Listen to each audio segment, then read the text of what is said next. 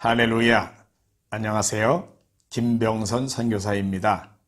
저는 인도네시아의 수마트라 섬의 남부 지역에서 사역을 하고 있습니다. 오늘부터 시작해서 성경이 말하는 선교, 창세기서부터 요한계시록까지 성경 하나님의 말씀이 세계 선교에 대하여 무엇이라고 말씀하고 있는가 하는 내용에 대하여 함께 상고해 보려고 합니다. 오늘은 그 첫 번째 시간으로서 구약 성경의 중심 주제에 대한 내용을 함께 상고하겠는데요. 예수님께서 구약 성경 전체의 중심 내용을 요점 정리해 주신 내용이 누가복음 24장 44절에서 48절에 나와 있는데 그 내용을 우리가 함께 상고해 보겠습니다.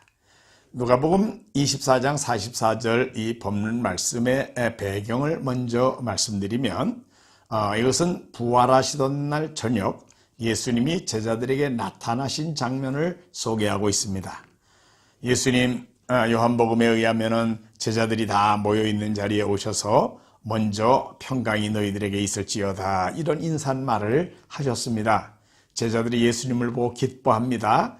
자, 예수님이 이렇게 두려움에 떨고 있는 제자들에게 나타나서 이제 예수님의 부활하신 모습을 보여주심으로 기쁨을 주신 거지요. 그리고 누가복음 오늘 본문 바로 앞에 보면 예수님이 너희들 중에 뭐 먹을 것이 없느냐 물으셨어요. 제자들이 구운 생선 한 토막을 예수님께 드렸습니다. 제자들이 다 보는 데서 예수님 그 생선을 잡수셨어요. 무엇을 보여주는 겁니까? 육체를 가진 몸으로 부활해서 제자들에게 나타나신 것을 분명히 보여주는 그런 내용이지요.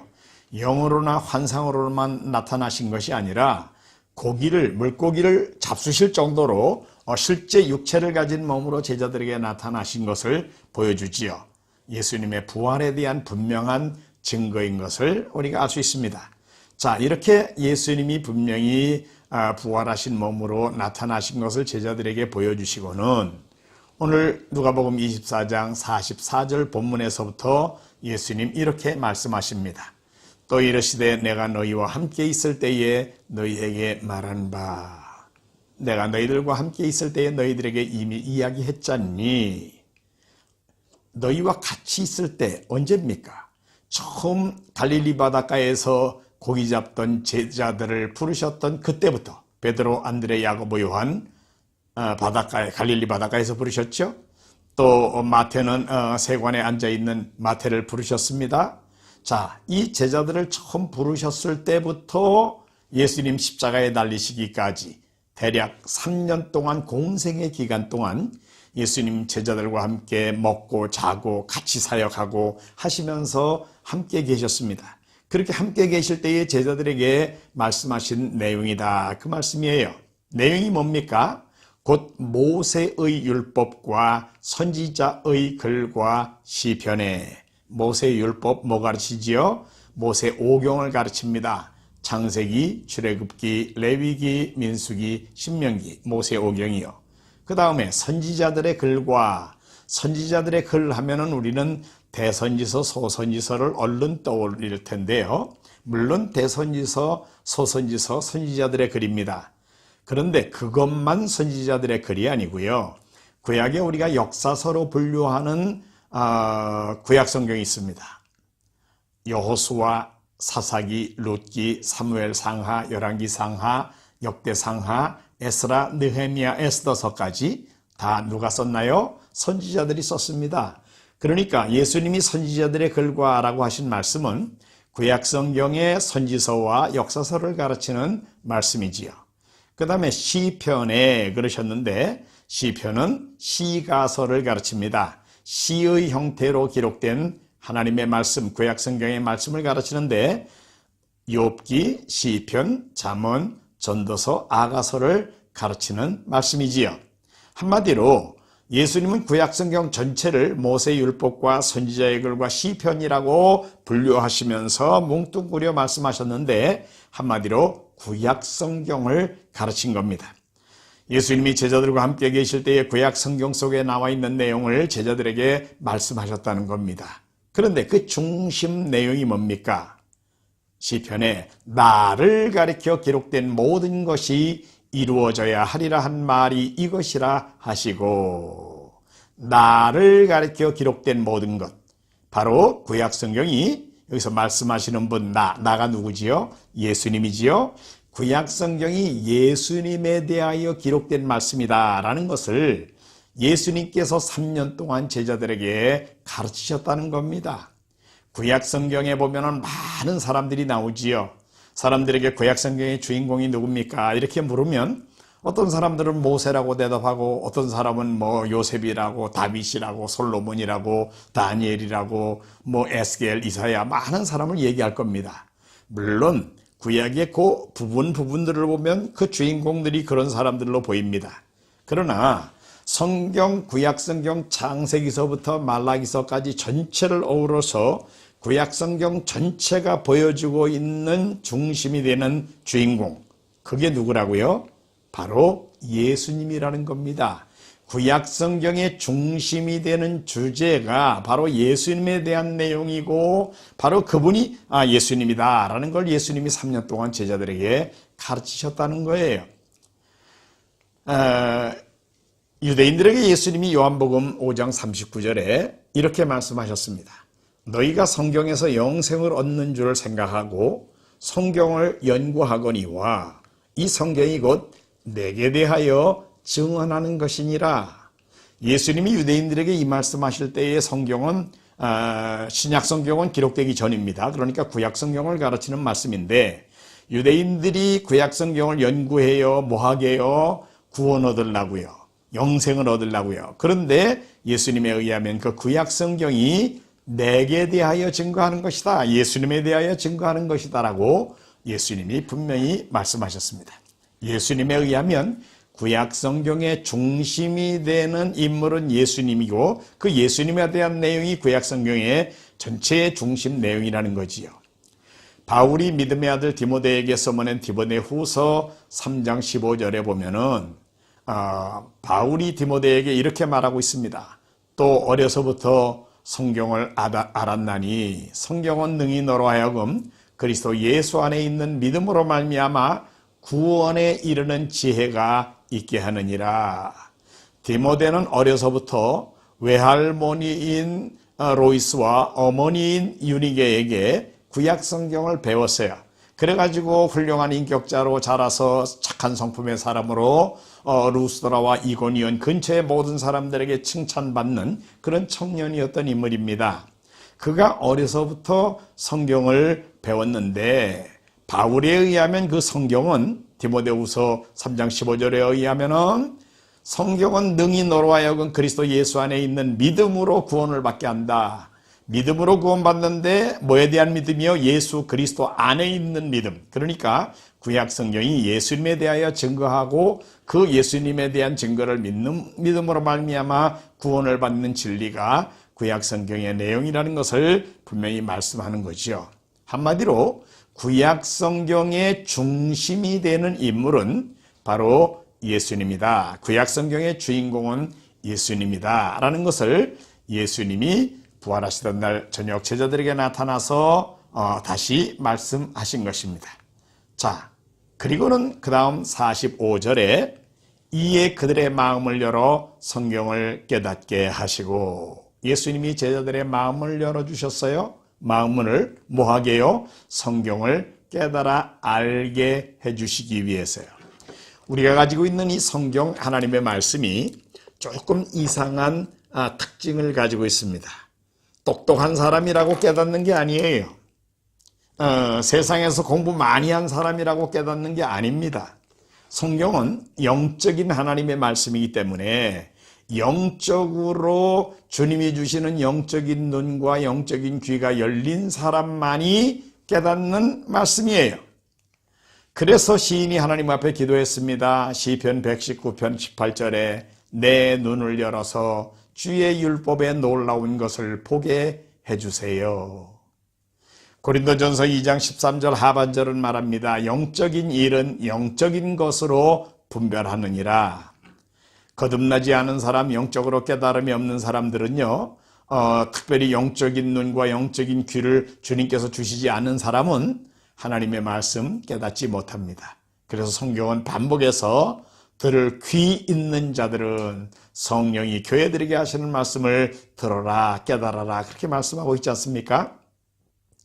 오늘 이 누가복음 24장 본문에 예수님의 제자들은 행복합니다. 왜 그래요? 45절에 예수님이 제자들의 마음을 열어 성경을 깨닫게 만들어 주셨기 때문입니다. 자, 최고의 선생님인 예수님보다 더 훌륭한 선생님 없어요.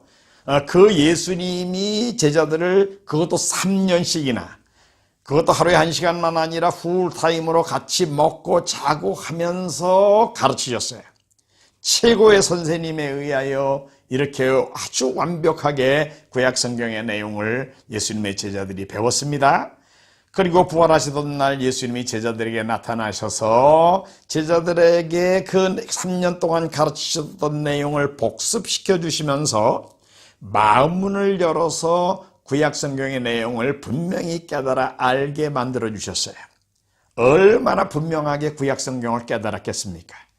제자들이 이렇게 구약 성경을 분명히 깨달아 알은 바로 이 순간에 이어지는 2절 46절과 47절에서 우리 예수님이 구약 성경 전체의 중심 내용을 2개의 주제로 요약을 해주셨는데 그 첫 번째 주제가 46절이고 또 하나의 주제가 47절입니다.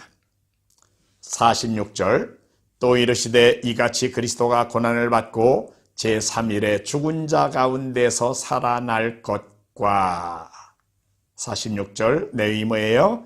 그리스도가 고난 받으시겠다. 그리고 죽은 지 사흘 만에 다시 살아나시겠다. 한마디로 그리스도의 고난과 부활, 그리스도의 고난과 부활 이렇게 요약할 수 있겠죠? 이것이 구약 성경 전체의 첫 번째 중심 주제입니다. 또 하나 있습니다. 47절입니다.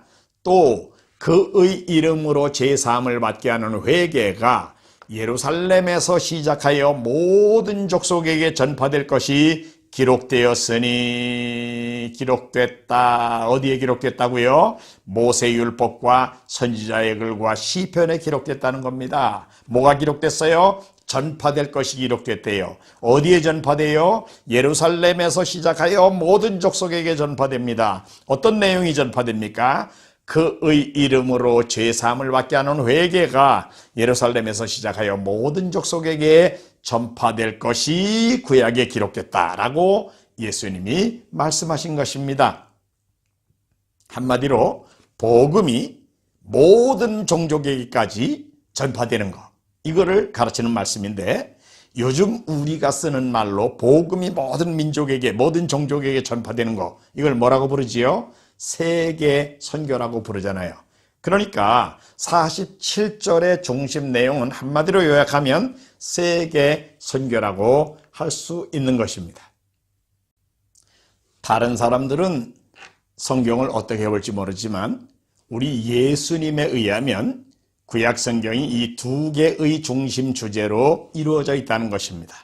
첫째는 46절 그리스도의 고난과 부활이고요. 둘째는 47절 세계 선교입니다.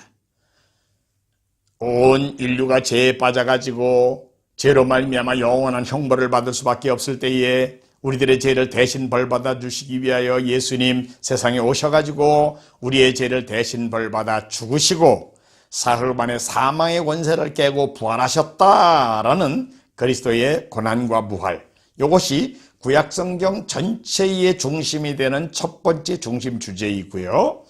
두 번째는 그분의 이름으로 십자가에 달려 죽으시고 부활하신 그분의 이름으로 죄 용서받는 이 회개가 예루살렘에서 시작하여 모든 족속들에게까지 전파될 것이다 라는 세계선교, 이것이 또 하나의 중심 주제라는 겁니다.